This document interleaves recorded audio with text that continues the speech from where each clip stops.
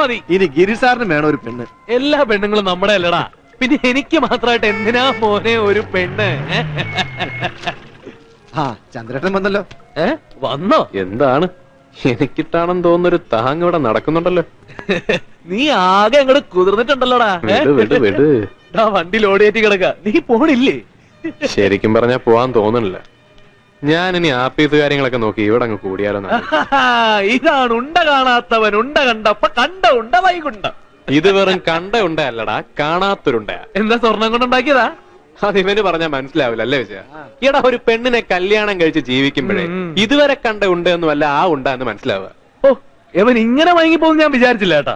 കുറച്ച് ദിവസം കൊണ്ട് അവൻ ഏതാണ്ട് ആനക്കൊക്കെ ചങ്ങലിട്ടതുപോലായി.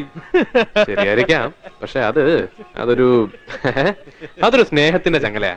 അനുഭവിക്കുമ്പോഴേ അതിന്റെ സുഖം അറിയും. അതെ അതൊക്കെ എനിക്ക് മനസ്സിലാവും. വാ പോവാം. പോട്ടെ.